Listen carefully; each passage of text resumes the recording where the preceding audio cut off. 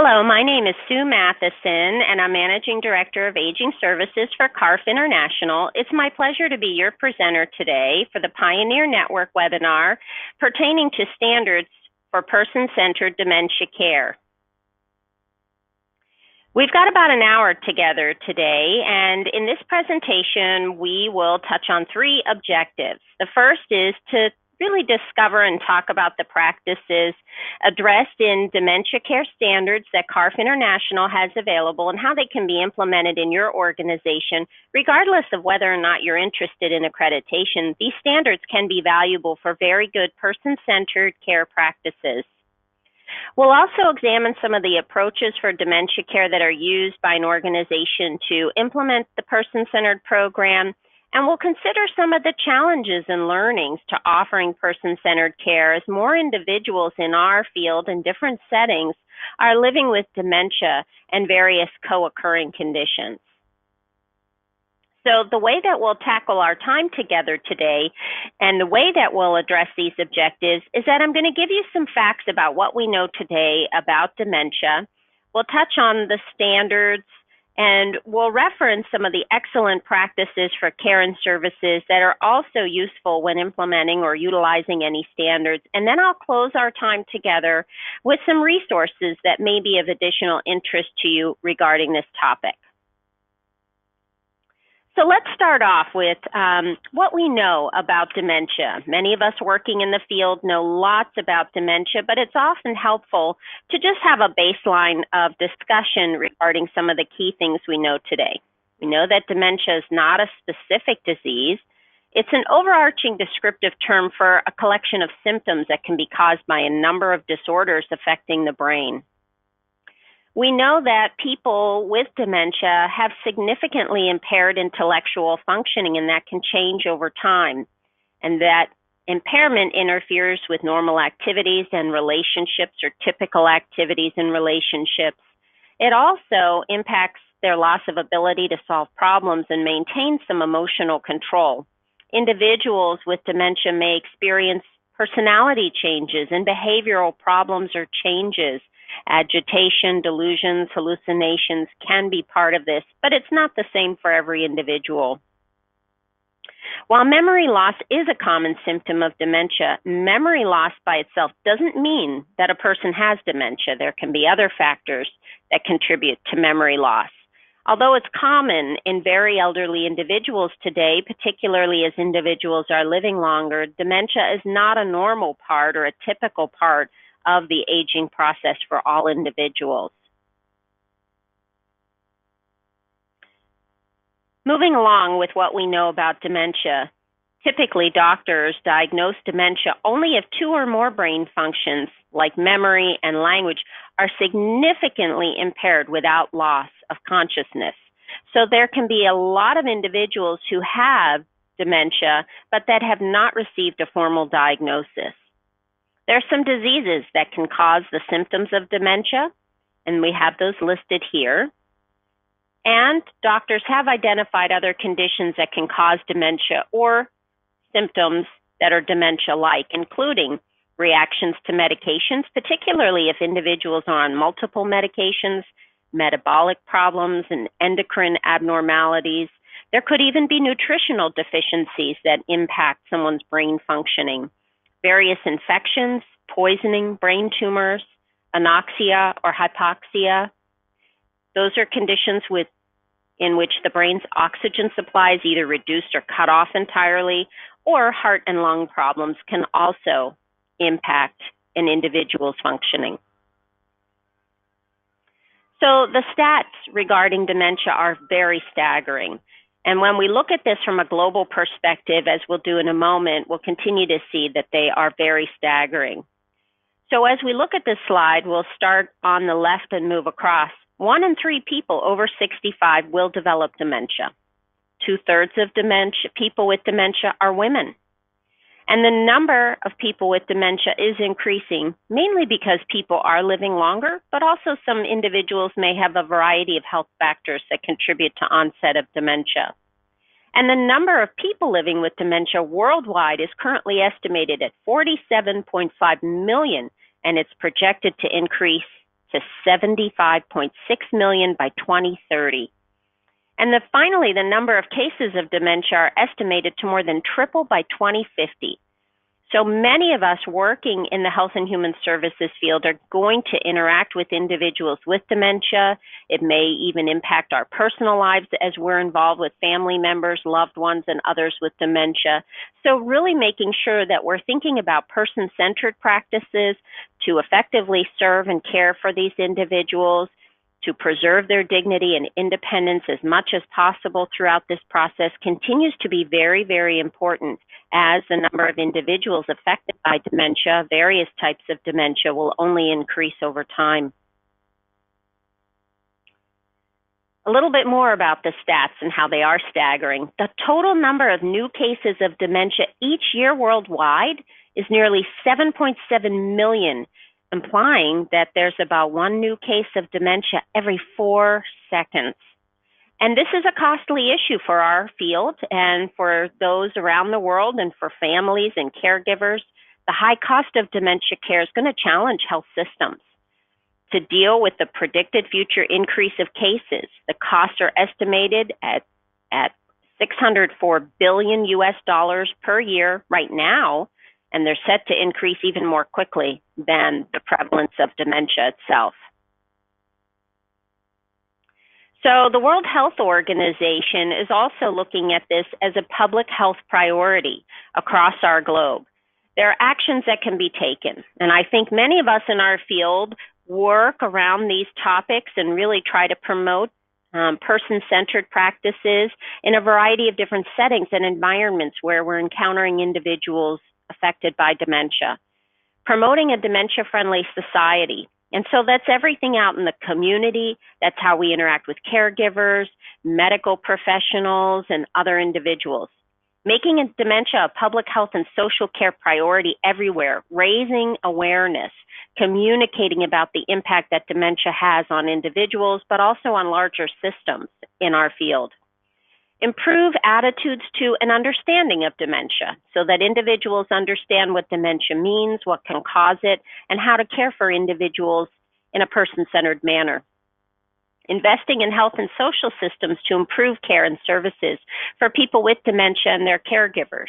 We're seeing more and more programs and services, organizations such as assisted livings, adult day, home and community services organizations, nursing homes, retirement communities, and other types of settings specializing or promoting memory care services.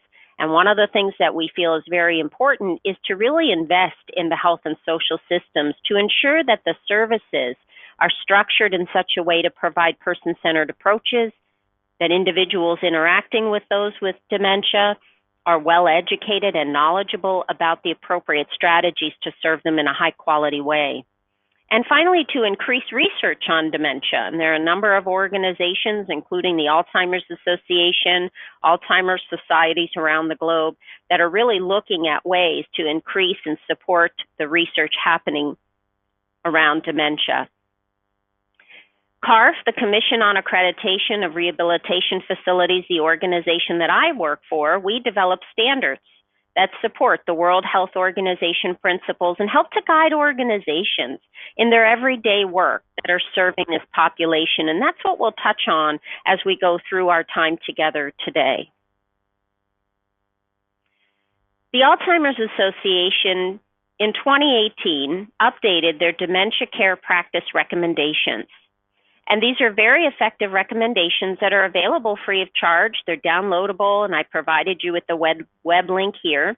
They outline recommendations for quality care practices based on a very comprehensive review on current evidence, best practices, and expert opinion in our field. The center of this graphic here on this page, this is from the Alzheimer's Association, really shows that the Alzheimer's Association is interested in person-centered focus for anyone that has Alzheimer's or other forms of dementia.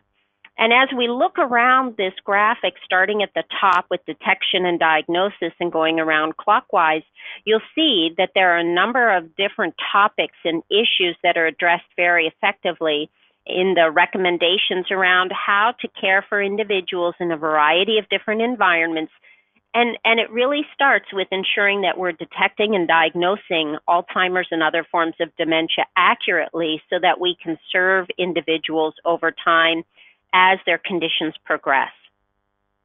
I'll mention here again that the CARF standards for dementia care specialization really reflect many of these wonderful care practice recommendations in our work, so that as leaders in our field, you all working in this area are able to utilize tools that complement one another. So as we'll touch on the CARF standards around dementia care practices, you'll see a nice alignment with the care practice recommendations as well. So again, I encourage you to take a look at these care practice recommendations, share them with your staff, with your colleagues, with your leaders in your organizations to ensure that you're really keeping current with the best resources in the field, and that you're utilizing a lot of the tools that are also identified in these care practice recommendations. Okay, so let's move into looking at the CARF concepts that we have in what we call our dementia care specialty population designation, and the description of those standards, some of the descriptors around how do we define a dementia care specialty program. And here are some of the themes that are addressed in our description. I'm going to share it with you in a little bit more depth as you take a look at this slide. We believe that CARF in the field helped us to develop these standards by giving us good insights as to what are the really top quality issues that we better have in accreditation standards.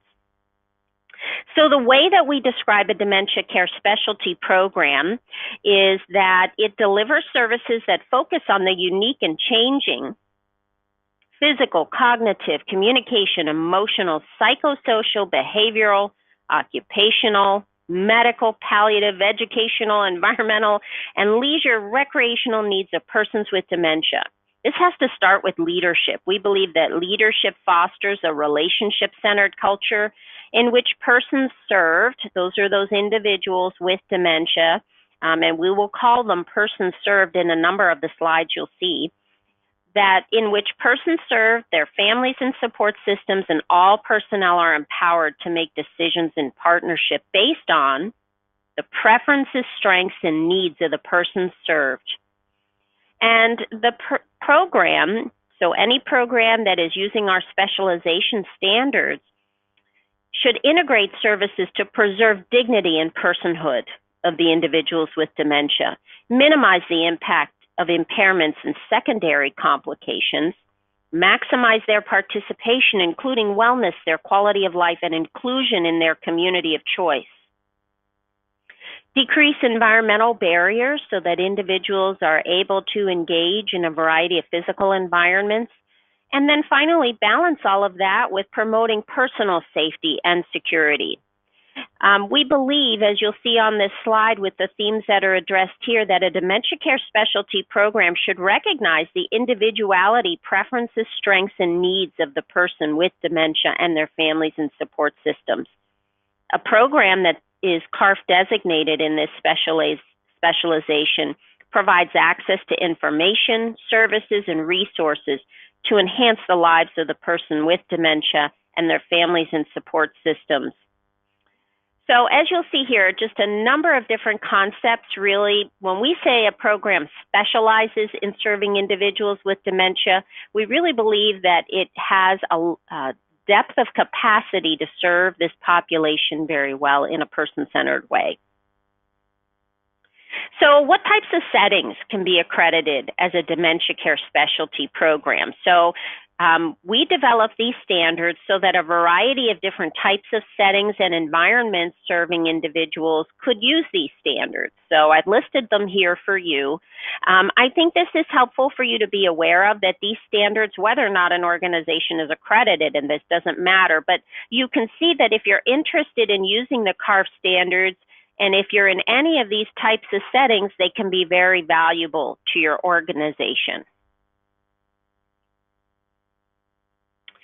One of the things that's important for us, regardless of whether an organization is accredited for dementia care specialty programs, is that it's got some core functions. And I wanted to touch on just a few of those core service delivery functions with you, because I think it's really important to talk about those, as they are fundamental principles that help to ensure that individuals with dementia have a good identification of what their needs are, plans for their services, and that the teams of individuals that interact and serve their needs are knowledgeable about who they are and what they need. This really starts with the written screenings and assessments of the persons with dementia, and that in any environment that they're in any service delivery setting, that there are initial and ongoing written screenings and assessments. That should start before someone starts receiving services, so before they move in or are admitted or initiate services, and at a frequency that's consistent with their needs. Some organizations may choose to do those screenings and assessments on an annual basis, some every 6 months, some quarterly. Well, dementia is very progressive in terms of it's a progressive condition. There are quite a few changes, so we believe that it should be that it's at a frequency consistent if we're seeing changes in that individual, that they may need to be rescreened or reassessed. And the initial and ongoing written screenings and assessments address a lot of different elements. We believe that comprehensive screenings and assessments should address the following areas: things like behavior, cognition, individuals' communication strategies or preferences or level of communication, dental, function, health, legal involvement if they've got an alternative decision maker involved, medications, nutrition, pain management, physical, psychological, relationships that are important to them, recreation and leisure, social, spiritual, and others as appropriate to the needs of the person served. All of that information should be used to develop what we call a person-centered plan. Individual organizations may use different terminology. They may call this a service plan, care plan. So for us, regardless of the terminology, though, we believe that any screening and assessment information, because we're using these standards in lots of different environments, some more clinical environments, some more community-based environments, so different terminology and approaches are certainly fine. But when we think about that person-centered planning, based on the scope of the program, so depending on what type of setting they are, whether they're adult day or assisted living or a nursing home or another type of setting, those person-centered plans are implemented for persons with dementia. It's really important for us to use the word implemented, because it's not just that they're developed in writing and that people are sharing them, that we're actually really implementing those. They should be based on the assessments, the observations, and the preferences and choices of the person with dementia, because they're at the center of this care delivery process. The person-centered plan should address many different elements. So what we say is they identify not only the service needs, but necessary interventions, approaches, and supports that may be helpful for that individual, the types of services that are going to be provided, the intensity and frequency of those services, the goals of the person served, what's important to that individual. Is it important for that individual to continue to maintain contact with their families? Is it important for them to participate in personally meaningful daily routines that they've always been involved in? Is it important for them to continue to have access to their pets, their loved ones, whoever it may be? So those kinds of things are very important. What are their goals? Who's responsible for facilitating achievement of those goals? Do we know which caregiver is involved in that? How do we integrate available resources? What are the choices and behaviors of the person served that might pose a risk to his or her health or safety that would be important for the team to be aware of? Maybe the individual really likes to walk quite a good bit, but maybe their stability is a little bit impacted. And so it may be important for someone to be available to walk with that individual so that they can maintain their strength and independence, but do so in a safe way. That might be an example of choices and behaviors. transition or exit plans as individuals may move to different levels of care or services, and identifying the preferences of the person served for involvement of the members of their family and support system. Some individuals may want their family and support system very engaged and others may not, or if they have a large family, we may need to know which individuals they would like to have more involved. All of that is really important, so it addresses those many elements. The person-centered plans are monitored for progress toward accomplishment of the goals that the person served identified, and those plans should be shared in an understandable way. With that person with dementia, they should know what their plan is, what their goals are, in a way that's understandable, so may need some modification in terms of communication approaches to share that information, but they should be part of that. Others they've identified, and appropriate personnel who will be involved in providing care and services. The other piece that I want to make sure that we think about is who does the service delivery team include? And so based on the scope of the environment or the setting, what type of program it is, the service delivery team should be determined by what I talked about in the previous slides. What's revealed by those screenings and assessments? It may be that someone's needs change over time. Maybe they're having some more nutritional deficits in terms of maybe their ability to eat comfortably and safely, or their interest in food is declining. So we may need to have a nutritionist involved now when we didn't need that individual when they first participated in the Adult Day Services program as their needs changed. So person-centered planning, things may change over time. The goals of the person with dementia, making sure that the team is aware of the goals and that we're looking at what the goals are and who can facilitate achievement of those goals. Again, the service delivery team, I think it's really important that we as an accreditor have it in standards that the person with dementia is part of their own team. So they're involved in really looking at their plan, discussing their goals, being a lead in this process. To the extent that they continue to be able to, we should empower them in that way. The families and support systems, in accordance with the choice of the person served, and that was really important to us when we had consumers involved with us in developing these standards, that it is their choice. Personnel with the right competencies and other stakeholders as appropriate. So there may be representatives of advocacy organizations, there may be payer sources, there might be physician input as individuals may have co-occurring conditions. So other stakeholders as appropriate will really be based on the needs of the individuals in terms of the service delivery team composition. Okay, so I wanted to touch on some of those core concepts, the screenings and assessments, the importance of person-centered planning with the person who has dementia really at the center of all of this, and the role of the service delivery team, again, with the person with dementia at the center of all of this, that they're really in a directing role as much as they can be, and an engaged role as much as they are able to be as their conditions progress. So now I want to move into the standards and supporting information specifically for person-centered dementia care. Everything I'm going to share with you is based on field input.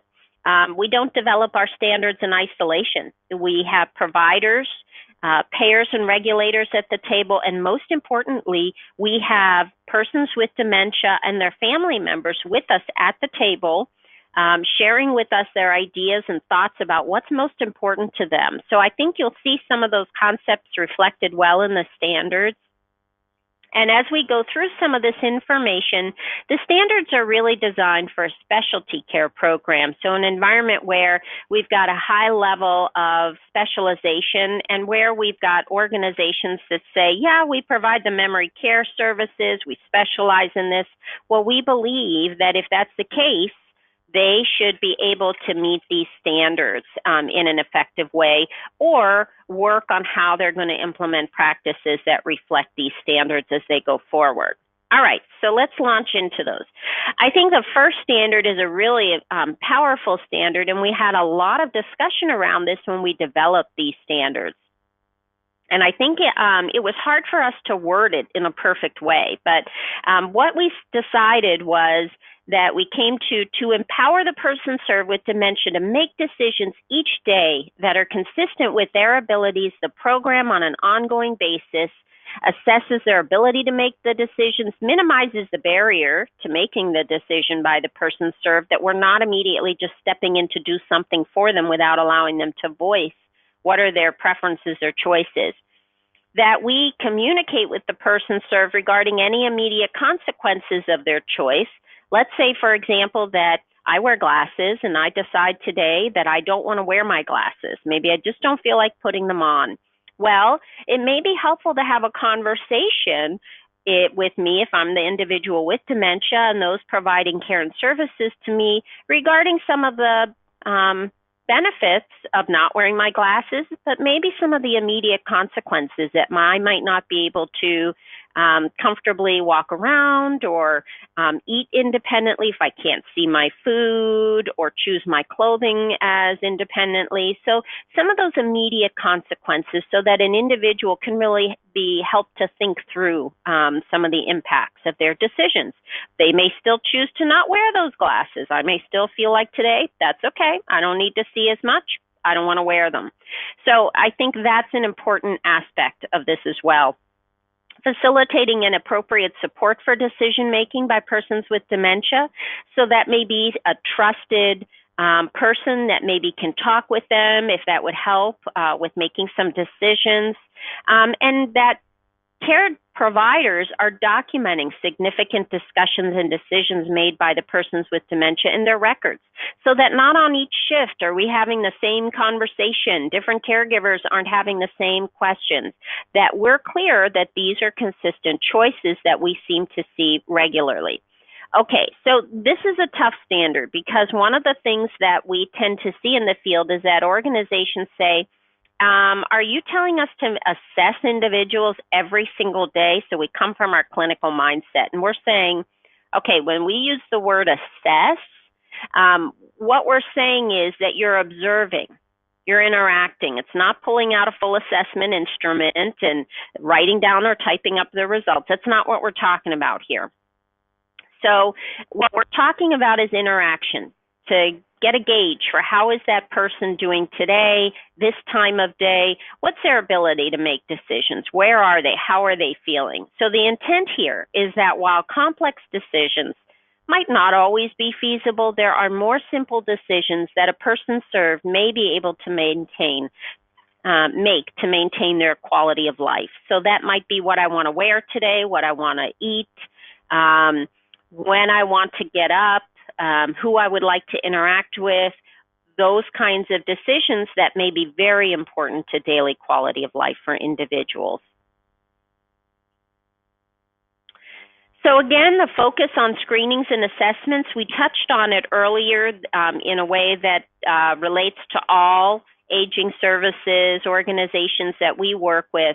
But we also, through the process of developing these standards, found that the ongoing screenings and assessments in a dementia specialty program should include information about the person's history, maybe what profession they did, where they lived,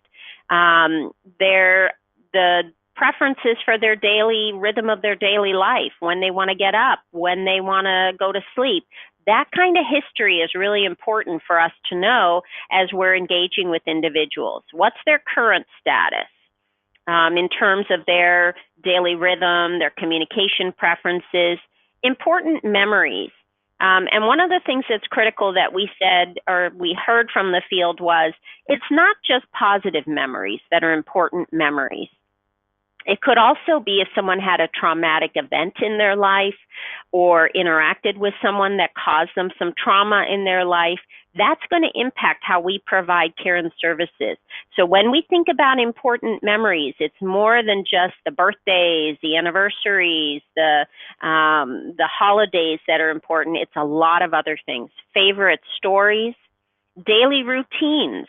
If someone always worked the night shift in their professional life prior to receiving services, maybe their daily routine is that they're going to be awake in the evenings and be more sleepy during the day, and that might impact how we provide care and services.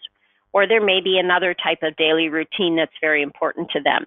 Comfort reminiscence objects that individuals want to have close with them. People of importance, and again, these may be people who are positively important to them, but also important in a negative way, so that we're aware of both perspectives. All of this is at the screenings and assessments I talked about on the previous slide. With this more personalized information should all be used in combination to gather useful information in caring for persons with dementia and really understanding who they are as individuals and their progression over time. It's also really important that we focus quite a bit on education in our field. So the program either provides or arranges for education, because not all programs have a real depth of capacity to be able to provide all of this education. So sometimes it might be done in-house, sometimes it might be with the local Alzheimer's Association chapter, or maybe a local university, or other types of, maybe a professional association may do these things. Education that provides or arranges for education to the persons served, to their families and support systems, and that education is in accordance with identified needs that address these core topics. What's the progression of dementia? Because many individuals don't understand the progression typically. What are the different types of dementia? How do coexisting conditions, if you've got a heart condition, if you've got a behavioral health condition that's been diagnosed, how do those coexisting conditions impact the progression of dementia? What's the lived experience of dementia? And what we mean by that is some education about what is the individual with dementia experiencing from their viewpoint. And it's really important for us to be aware of that perspective in the way that we interact with individuals and recognize their needs. So helping us to gain a better understanding of how an individual with dementia might be perceiving his or her surroundings and his or her interactions with others as the dementia progresses. And maintaining relationships is essential, and that may be certainly with families, friends, and it may be with care providers as well, and others as well. The skills training for individuals, the person served, families and support systems should also focus on what are activities that can be meaningful and engaging to individuals. When we may see more behavioral communication exhibited from individuals with dementia, and I think we're always sensitive in terms of that the terminology around behavior and not having a negative viewpoint of that, but I think for the purposes of today's presentation and some of the ways that we share this information with those in the field, we do still use the terminology behavior. And I think that we just want to caution that we're not taking the stance that this is a negative or challenging behavior. It's simply an interaction or a communication that's exhibited by an individual. And so what we talk about in the standards is what are the therapeutic approaches, positive approaches to understanding and assisting when we're observing or being involved in behavioral communications. Also, communication skills. How do we speak to individuals? How might we make requests? How might we provide instructions, including communication with the person served and with service providers? Because if we're going into a physician's office and we need to describe some of the changes that have been observed, we need to be aware of how that communication should be done effectively, what to track, what terminology to use, what are some of the questions they're going to be asking. And then finally, caregiver self-care. As we know, the role of caregivers is a very challenging role physically and emotionally, and what are some ways to maintain caregivers. Some additional education as well, coping with changes, driving and when to cease driving, I think is another area. Falls prevention, incontinence, loss and grief as individuals with dementia have changes in their personality, and their memory is impacted, how individuals that are involved with those individuals with dementia are dealing with those legal issues around decision making and being an active advocate for individuals, mobility, palliative care, planning for the future, risk of elopement, sexuality, community resources that are available to support individuals and caregivers, payer sources and what services they may or may not pay for. And again, as I said, when we think about education, it's important for a dementia care specialty program to have lots of education available. They may not be providing all of it. And we also provided in our standards manual a lot of nice website resources from organizations that provide complementary information. In terms of behaviors, I touched on this a little bit before. Personnel that are engaging with those with dementia should implement a positive therapeutic approach to behavior. And so really considering the intent of this, the purpose is that behaviors are a response to the current environment. Caregiver approaches should be positive and consider things like what are the factors that could be impacting or influencing that behavior, that person to exhibit that communication. Is the behavior a problem for the person served that's diagnosed with dementia or for me as a caregiver? And really thinking about it, again, from the lived experience of someone with dementia, what are they experiencing? And finally, when we think about our approach in the field to intervene and help, because we are a helping profession, will that solution cause more anxiety than the behavior itself? Is it okay just to let the behavior continue for a period of time, have flexibility, because really, is it causing any challenge for anyone? So I think some of the things that we talk about in our standards, and we have some resources to support this as well, in terms of supporting individuals in their behavioral communication in a positive way. We also, in our standards, address restraints. And I think in our field, we're continuing to move away from chemical and physical restraints, but I think we still have a way to go. And when you think about CARF as an international accreditation organization, there are differences across countries as well in terms of the recognition of restraints and what is a restraint and different approaches that can be applied in lieu of a chemical or physical restraint. So what we say is, to respond to behavioral communication, programs should seek therapeutic approaches that minimize the use of chemical or physical restraints.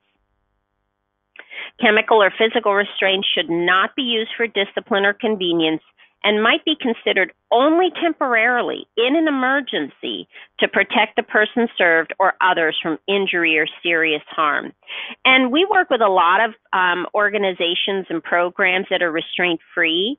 So for those that are restraint-free, the expectation around this would be that the program implements written procedures that identify the strategies that are implemented in lieu of the use of chemical or physical restraints.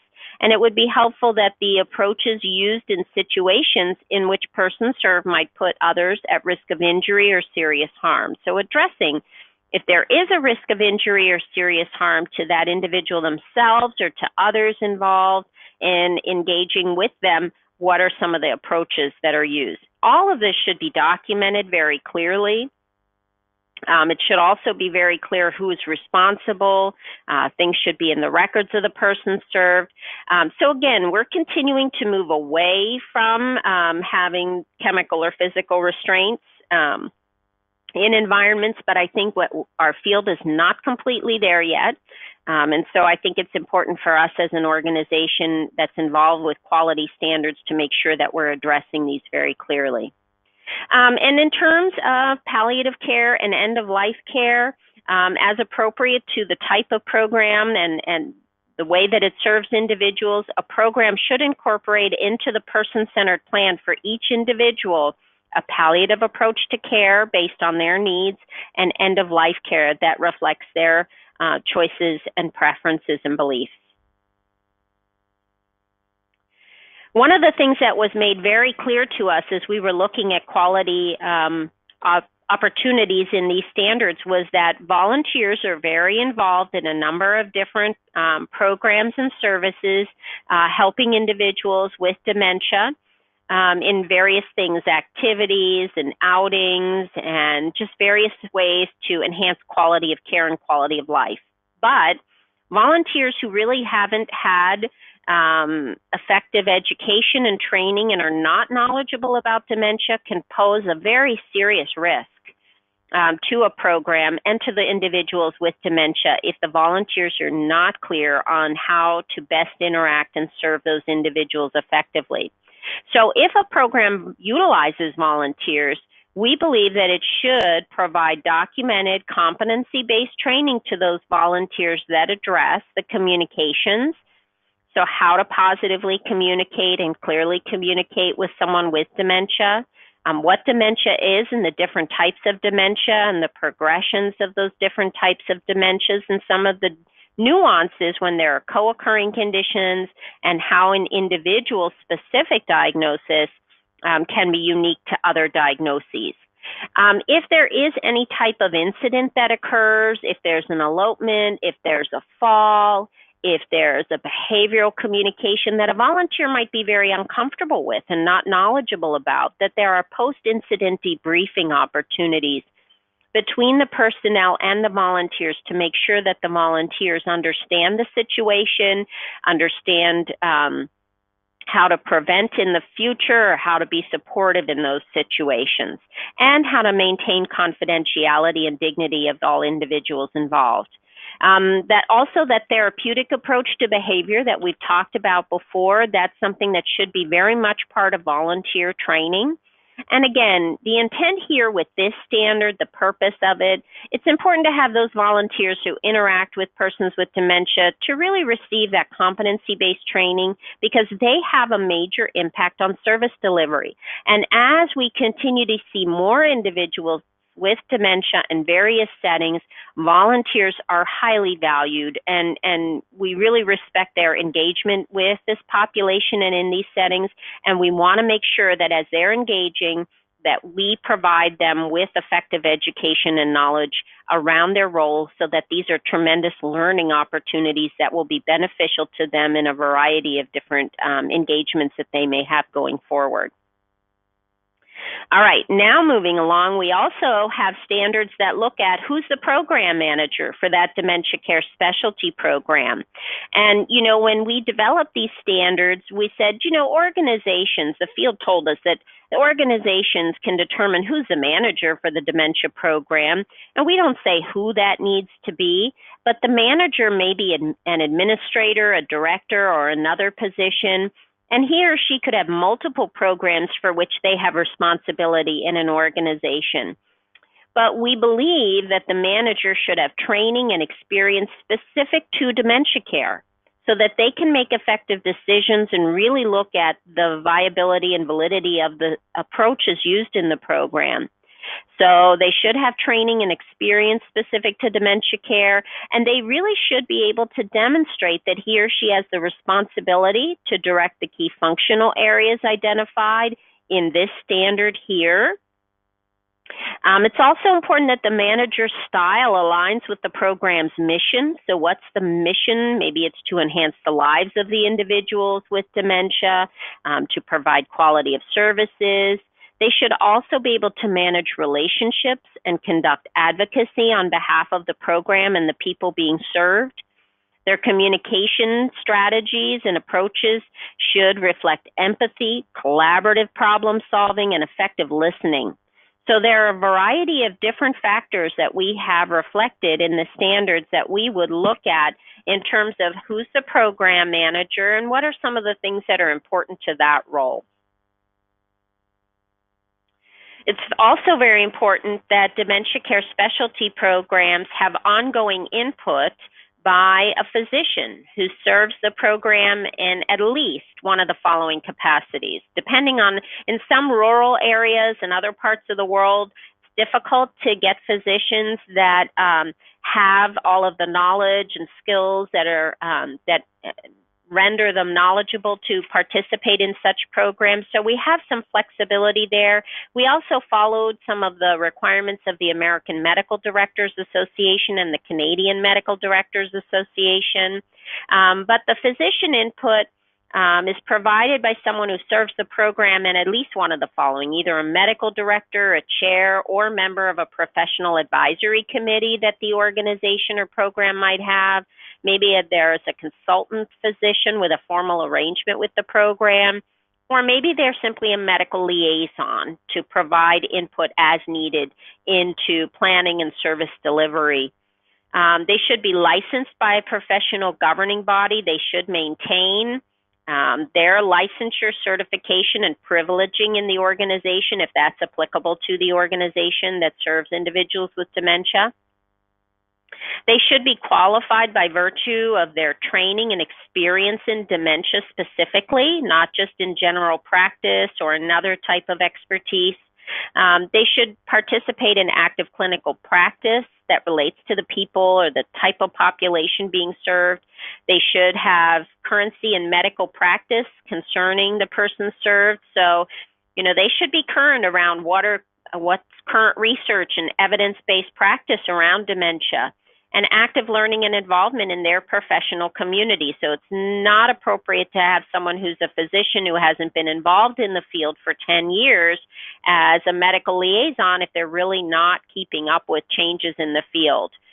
And that physician addresses development of ongoing relationships with the medical community so that they're serving a broader role in terms of making sure that the program or organization serving people with dementia is really connected to the larger community and helps to establish policies and procedures that address health issues, including things like effective monitoring of individuals with dementia. And then finally, performance improvement activities. What should you be measuring? What should you be looking at? What might align with some acute care concepts that would be very helpful in these environments?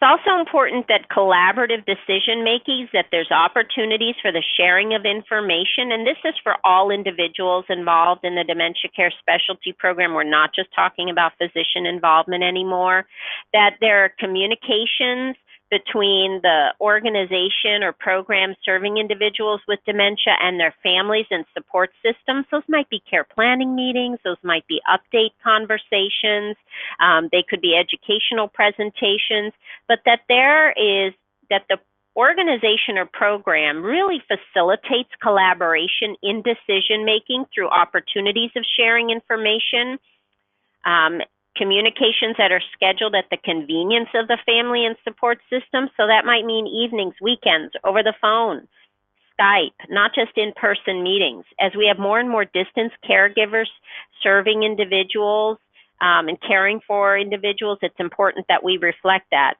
Accessible information, and that might be not using as much jargon, medical jargon, acronyms. It might mean really breaking it down in terms of much more accessible information for those of us that are not in the health and human services field. What are the timelines for exchange of information? And making sure that, as we talked about earlier, when the person served with dementia is part of that communication, because remember, they're at the center of their own service delivery team, determining whether the information is understood by the person served, their family and support system, and the personnel that are involved. And finally, documenting any significant discussions made by and decisions made by the person served in their records so that we're all aware of what's important to them. When we think further about the role of families and support systems, they have a variety of different needs. The program that's the dementia specialty program could either provide or make arrangements for or assist the families and support system in making their own arrangements for services like advocacy, education. Families and support systems, if they're engaged, may not really know or be comfortable with advocacy on behalf of their person served. Assistive technology that may be beneficial or useful. Community resources, maybe there are transportation resources, maybe there are home care resources. There could be a variety of resources that families and support systems may not be aware of. Counseling, maybe grief counseling, changes that are needed to help individuals cope with some of the financial impacts, the caregiver impacts, emotional support, reasonable accommodations, respite.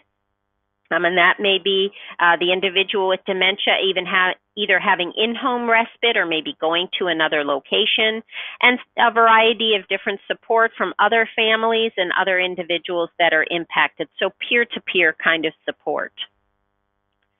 When we think about dementia specialty, it's also really important that when we're thinking about the lives of the person served and when we think about their history, it's important to understand the rhythm of their daily life. Not everyone wakes at the same time. Not everyone eats at the same time. Medication administration is impacted, and there are a variety of regulatory requirements that we have to navigate as well. Now, remember, we have regulators that are involved with us in developing these standards, and so one of the things that we've put in our standards for over a decade is that within the scope of the program, and what we mean by that is that there are different types of programs. So an adult day scope might be very different than the scope of a nursing home, obviously, right? The rhythm of the daily life of that individual is directed by each person with dementia, as demonstrated by the staff and their accommodating choices of the person regarding the cycle of how their day is going to go. So the person served should be able to identify how's their day going to go, what are important things. So bathing, dressing, eating, hygiene, oral care, sleeping, waking, resting. Choice of clothing and grooming styles should be something that's important to them. And this is going to relate back to that previous standard I talk about with assessing individuals' capacity and ability and importance of making decisions each day.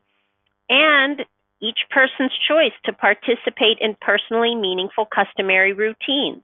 I'm someone who likes to clean up a lot. I like to have a clean environment, things straightened up. If that's important to me, how am I going to be able to continue doing that? I like to have contact with my pets. How am I going to be able to continue having contact with pets in different environments?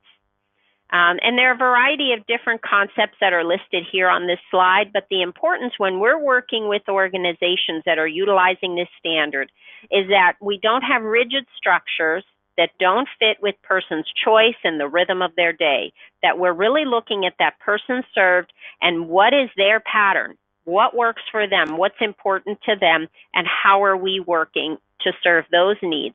And this can be extremely challenging. This is an area where we offer lots of discussion and consultation with organizations that we work with around how do your policies and procedures, your staff competencies, your personnel trainings, all of those things really embed what happens behind the scenes to make these things possible. Okay, so this is a huge standard for us and tends to be an opportunity for lots of learning with organizations that we work with, but critically important for quality of care and quality of life for the individuals.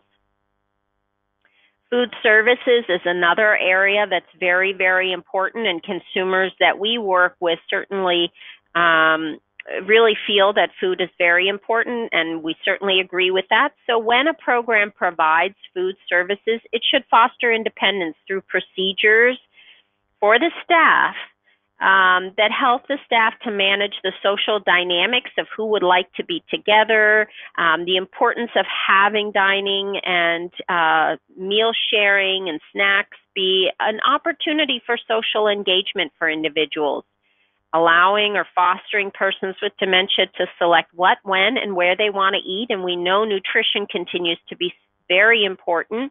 And so having different options.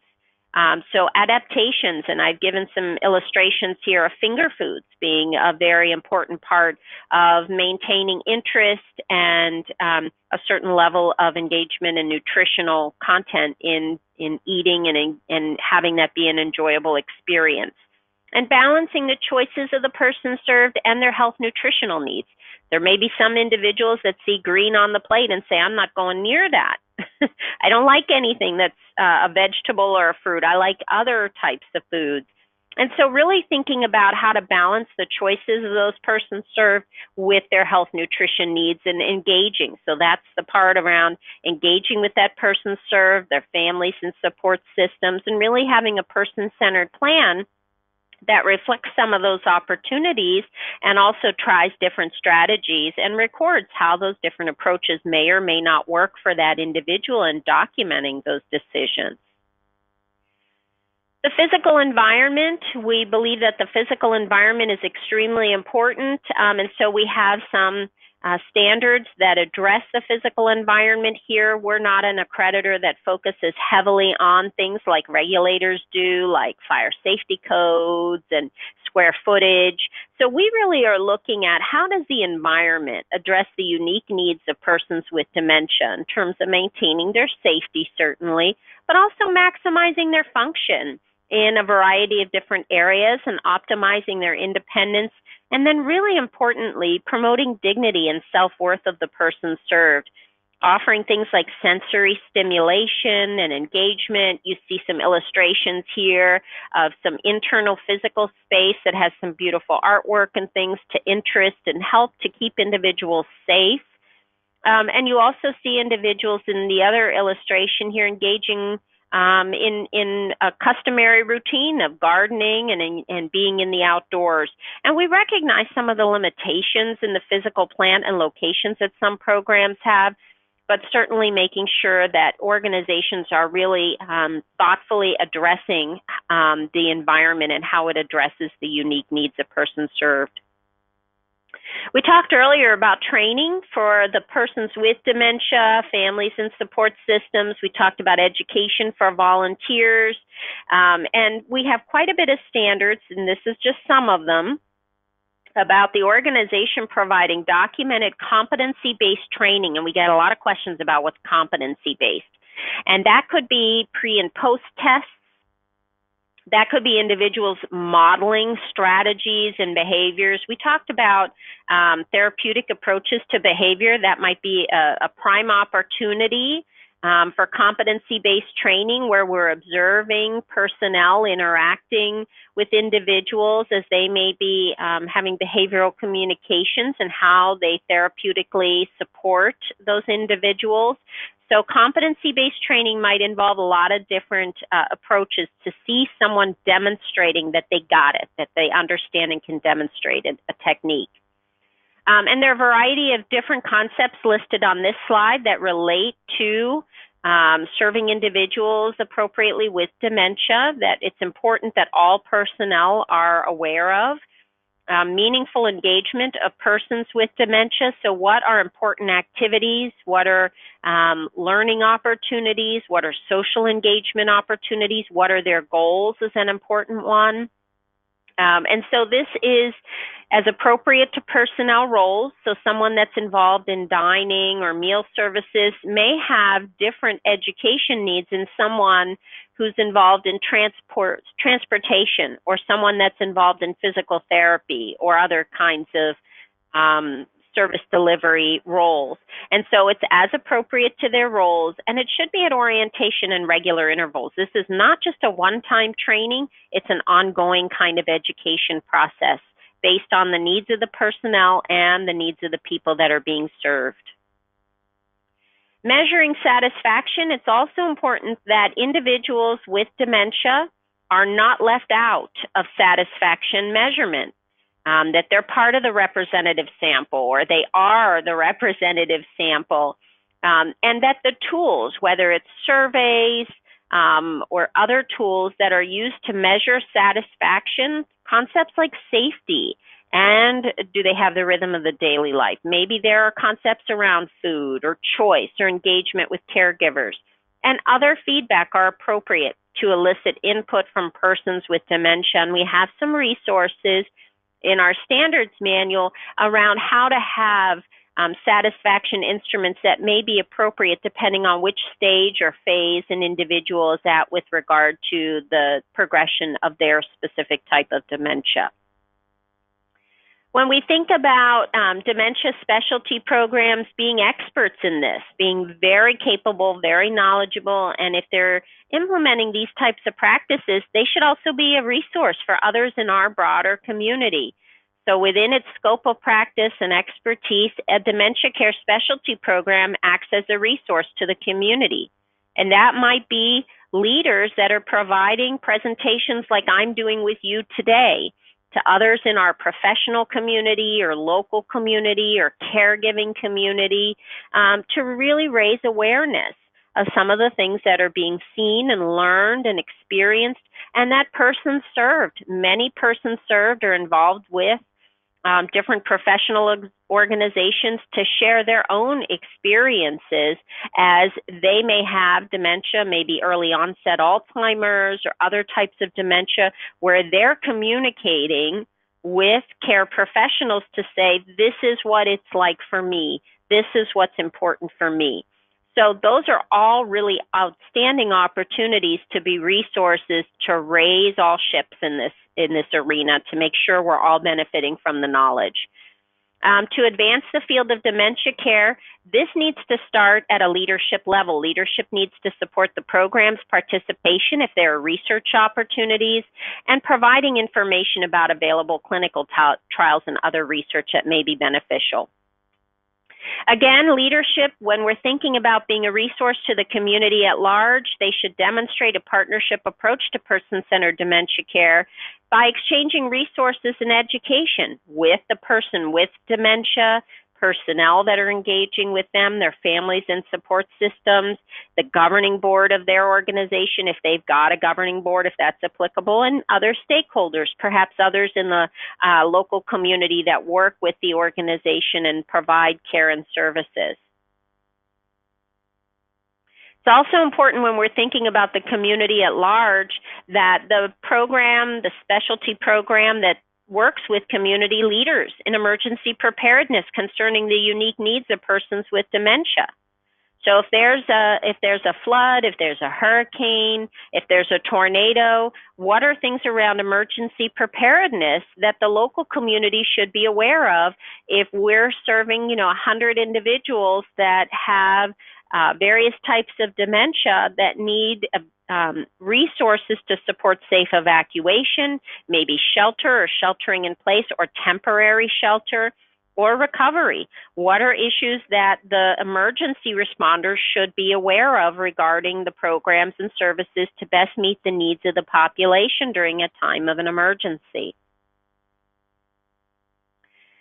And maintaining knowledge and coordinating with local, regional, provincial, national, and international resources to really help to facilitate specialized dementia services being offered. As we said earlier, this is a World Health Organization priority, creating the community knowledge around the impacts of dementia, specialized services that are beneficial and necessary for people with dementia and their support systems, use of appropriate subspecialties, whether that's therapies, whether it's neurology, other types of subspecialties, and then advocacy in general to make sure that our legislators understand the impact of caring for individuals with dementias and what their rights are and what their needs are going forward. So all of these things being very, very important.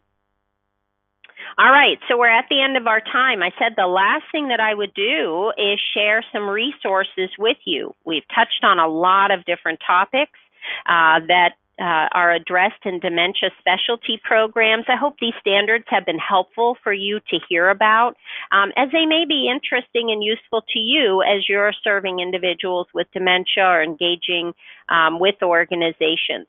So the resources that we have here, I already mentioned the first one, the care practice recommendations from the Alzheimer's Association. The National Institutes of Health also has a dementia info page. And that may be helpful for your staff and volunteers and families and support systems and persons served to utilize. About dementia, the United Kingdom National Health Service has some useful resources as well. 10 facts on dementia from the World Health Organization. And then finally, the Alzheimer's Society of Canada has a variety of different useful resources listed on their website and lots of different links. So as you see, a lot of different organizations around the globe are working on this topic and serving individuals effectively and really in a person-centered way, and you'll see that reflected in the resources we've identified here today. I want to thank you very much for your attention during this webinar. I'd like to also offer that for additional information, CARF International does have a team of staff that can answer questions for you about standards, about concepts that we're seeing. Whether or not you are interested in CARF accreditation doesn't matter. We are very willing to be a resource to you, and here's our phone number and our email address. Again, my name is Sue Matheson, a Managing Director of Aging Services from CARF International. It's been my pleasure to be your presenter today. Thank you so much for participating in this webinar. And on behalf of Pioneer Network, I wish to thank Sue for presenting this webinar for all of us and being a part of our annual conference in a very creative and innovative way. Thank you.